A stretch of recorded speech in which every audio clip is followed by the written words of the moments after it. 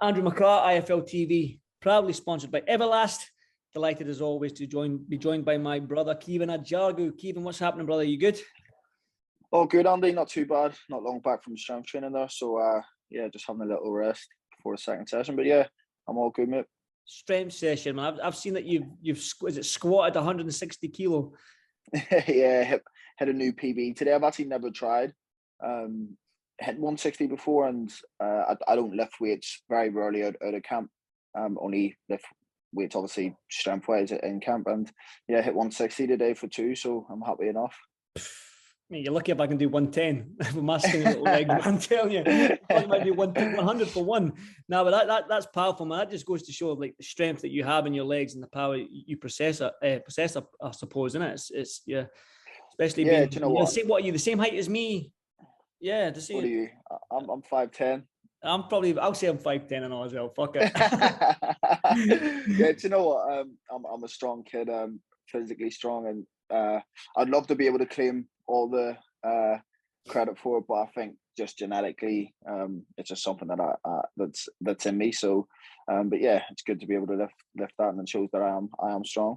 Yeah, I'm built for speed, no power. There you go. How's that? Yes, Caoimhin, listen, it's been a couple of months since you last fought against Rubio in a shutout win against a tough Mexican. A fight that you needed the rounds in because you were knocking opponents over. So it was good to get the 10 rounds in and see how fit you are. So if you had an opportunity to look back on that fight with the things you could work on, were you happy with your performance? Have you had time to assess it? Yeah. So immediately as soon as I get back to Belfast, which is normally the next day, I watch the fight. I assess the fight. I know in that moment what I do wrong. Like I've always said, I'm my hardest critic. No matter how well I perform or how bad I perform, I always come out of the ring and look for the negatives that I did in the fight. And I wasn't happy with the performance at all. It was a bang average performance. Everyone keeps on saying that I'm really hard on myself, and I did what I had to do, and I didn't get hit much, and I won all 10 rounds. But for me, I should be stopping people like Rubio. He's a tough Mexican, but I have levels to my game, and I just didn't show it in that fight. And listen, it's probably good that I got 10 rounds in, and it's probably good as well, because if I go and blow another Mexican out, it's like, right, okay, you need to step up. Do you know what I mean? And I am still young. I'm only 25, 11-0. But yeah, do you know what? I watched the fight back, and I just wasn't impressed with what I did. It was too many single shots, too many big shots looking for the KO, and maybe it was the occasion. I don't know. Obviously, being co-main event on such a big Irish card, but I knew what I should have been doing in there, and I just didn't put it all to work. Do you know what I mean? Because I worked on certain things in camp that I didn't show in that fight, and it's a good thing because I've come out of camp and come out of that fight, and the first 3 weeks of camp, I've been working on what I did wrong in that fight, and it's showing in sparring. Like I had a tough spar yesterday with a Bass Brewery, I think his name is, and what I've been working on is working in sparring. So there's always a positive. That's the thing is, obviously the eagerness to impress. Obviously, you mentioned the co-main event on a huge card with a lot of Irish fighters and stuff like that. But that being said, you did showcase a different side of your. Obviously, we all know you can carry power. You've got that. You do have that one knockout punch, but you showcased there your head movement, your ability, your footwork. You're in that. When he was a tall, rangy opponent, he was tall and rangy and awkward. And obviously, we know we can stereotype Mexicans. They're all tough as old boots. So you did showcase a different style of your game and stuff, like a different part of your game, didn't you? Yeah, definitely. I feel like I showed that I can box. Not as much as I wanted to, because I was expecting them to come forward and kind of have a bit of a or like put it on me a bit more so that I could outbox them. And I keep saying I want to show that side of my game, because that's the best Caoimhin Agyarko. Honestly, I'm a far better boxer than I am fighter. But I wasn't able to show it fully. I showed in parts that I can box, and I was trying to counter puncher. I just needed to kind of go through the gears a bit more. But listen, I got a southpaw opponent on a week's notice, a tough Mexican. So it wasn't always going to go as smoothly as I wanted it to. He was 18-1. So he is tough. He had a good record. And I think it's the same thing over and over again. Once I hit them, they go into a bit of a shell and don't want to engage as much. And I caught him in the first round and hurt him, and from that moment on, because he came out and tried to start fast, and as soon as I caught him, he didn't engage as much, and maybe that's my problem where I need to kind of not hit them too hard too early, like I've been saying in the past. But listen, there's always things to take away from fights and learn, and I'm glad that that fight went the way it did, because I can go back to the gym and kind of improve on things that I did wrong. I also read somewhere that you're looking to move down now into that super welterweight division from middleweight, light middleweight, whatever you want to call it nowadays. But I remember speaking to you probably the last year, and you said that middleweight's your weight, and we spoke about Canelo being big and stature and stuff like that, and you said that middleweight is your weight. So why now? Why making that move down to that 154-pound division? Yeah, do you know, I remember having that chat with you, and I've always said that, listen, it'll always be my decision, and I want to stay at middleweight. I make it comfortably, and I want to be healthy at the weight and whatever else. But Eddie Hearn come into the change room after. Eddie's been saying to me a couple of times about making light middle. My coach, Al Smith, has always said to me about making light middle, and do you know what? I probably do make middleweight a bit too easy. It's not easy, but it's not hard. Like I'm weighing in a pound under each time, and that's with food the night before, breakfast the morning of, not doing no hot baths. I'm not training the morning of the weigh-in. I'm not training, doing a tough session the night before. Do you know what I mean? It's just loose sessions to stay loose and stuff like that. So it's one of them ones where maybe middleweight is too easy to make for me, and maybe I'm giving a bit of advantage away if I'm fighting a lot of fighters who are a lot taller than me and stuff like that, and they're boiling themselves down to the weight. So yes, I am a strong middleweight and technically good enough to perform at middleweight. There's no doubt about that. But if I can make light middle, not comfortably, but make it in the right manner, then I'll be an animal and I'll be a beast. And there's probably more advantages at light middle in terms of getting to world level than there is, or sooner than there is at middleweight. You mentioned that you'll be a beast down at 154, and you mentioned that you're a strong middleweight. Now, 6 pounds is a lot of weight to lose. So do you believe that cutting yourself that extra 6 pounds, that you're going to carry that, as you said, that beast and that strength up there down at 154? Do you believe you can still carry that power down there? Yeah, without doubt. Listen, I performed at 164 or 154, sorry, in the amateurs. The reason I moved up to middleweight in the amateurs was because I wasn't doing the weight right, and I was leaving it last minute, having to cut 14 kilo in like 2 weeks and stuff like that. But that was in the amateurs. Now I'm a professional. I do it a lot more professionally. Mm-hmm. I've got a new nutrition on board, Paul O'Neill, who's run some numbers and believes that I can make middle or light middleweight no problem. So yeah, listen, I don't think carrying the power down to light middle would be a problem.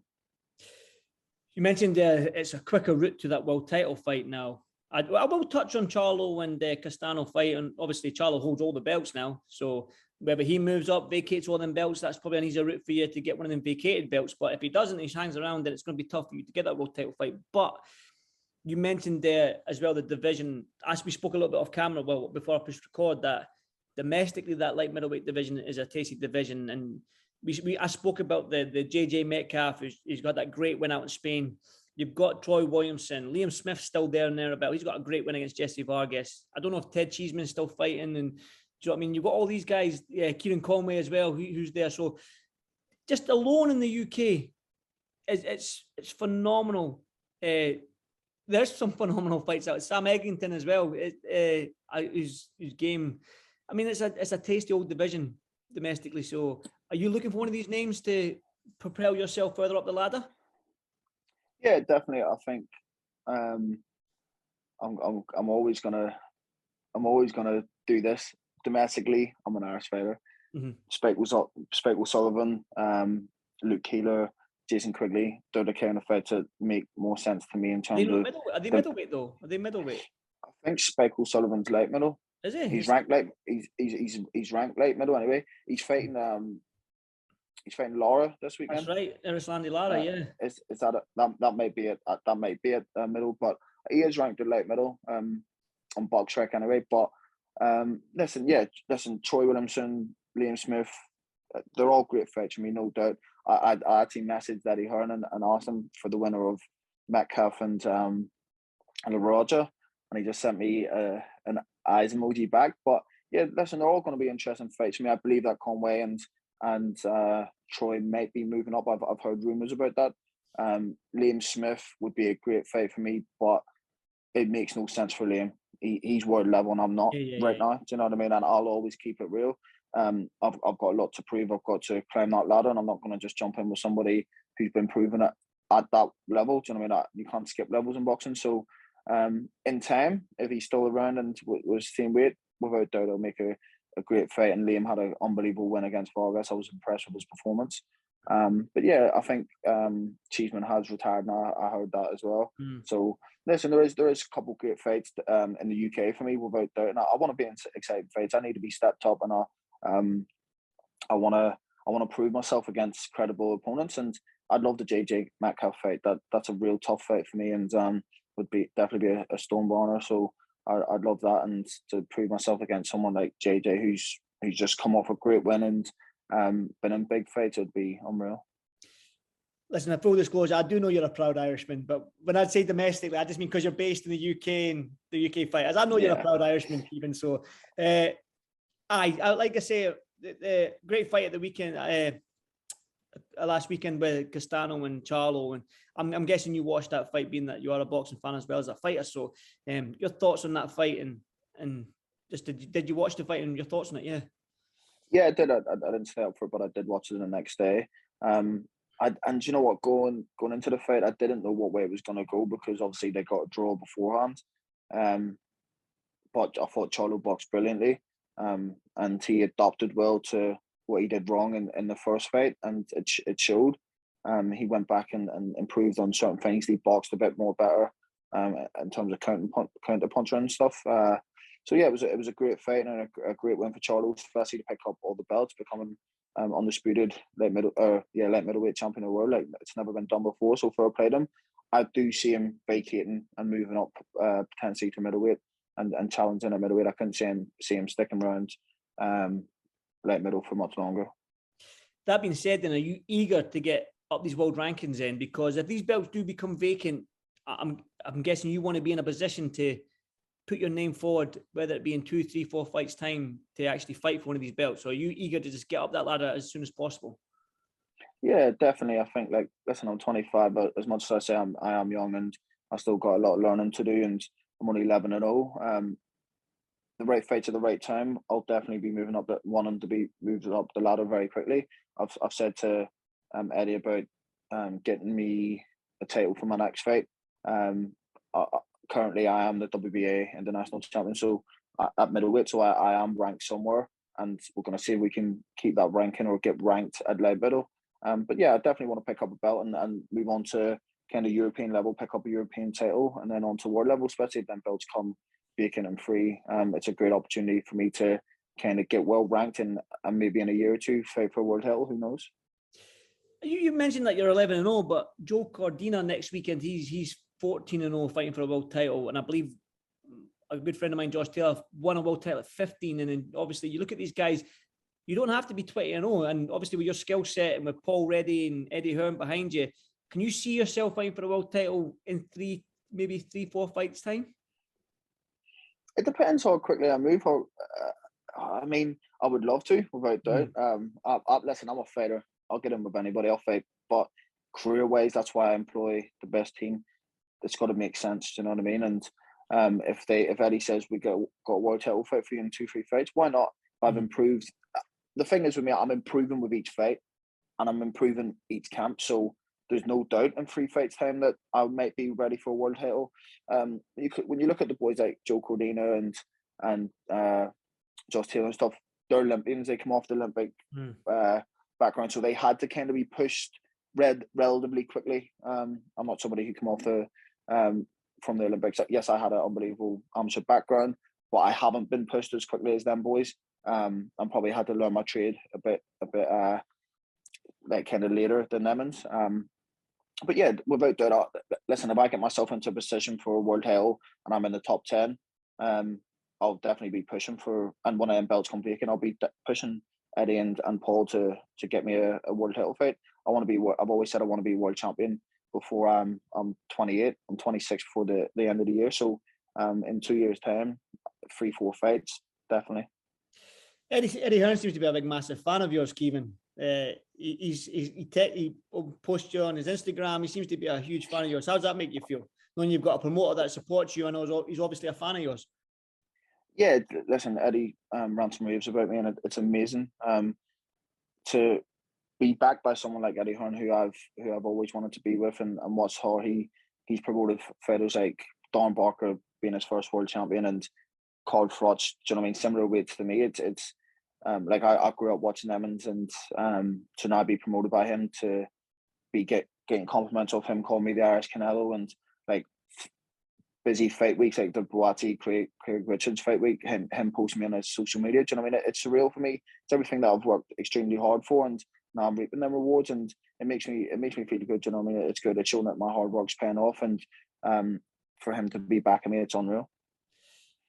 Listen, well, that's good news. I know you've probably got a second session coming up, training session, no doubt, later on this afternoon. So I do appreciate your time. But listen, we all want to know when you're next out. Do you have any news for us and when you're going to be out, and if you've got an opponent in line, or is it can we sit on the edge of our seats waiting for a date? I'm hoping I can announce some news next week. I'm hoping it drops next week. So I will be out in July. I hope. We're just trying to finalise a couple of things, and no opponent has been mentioned just yet, but I do hope that fight news can drop next week, and I suspect to be out in July. No date confirmed just yet. Good stuff. Listen, Caoimhin, as always, I do appreciate your time, man. You're going to make an assault in that 154-pound division. Listen, I called that last year. I'm sure I said you'd be big down there. I'm pretty sure. Listen, I'm not a boxing guru, but I did say that. Do you know, there's a couple of things that you've called recently, and I've got to give you props. Yeah, you did say I'll be at 154, so fair play. Thanks very much, mate. Listen, you enjoy the rest of your day, Caoimhin, and no doubt, as soon as that fight day drops, man, I'll get another chat with you just to talk about what's going on and stuff. But as always, have a good day, mate, and I'll speak to you soon, brother. You too. Always a pleasure talking to you, Andy. Thank you. Yes, Caoimhin. Thanks, mate. Bye now. Take care, mate. Bye.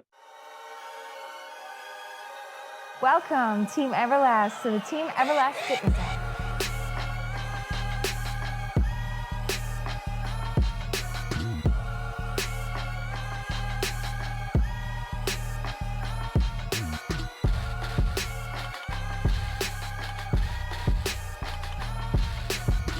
Download the Everlast Fitness app and find your greatness within.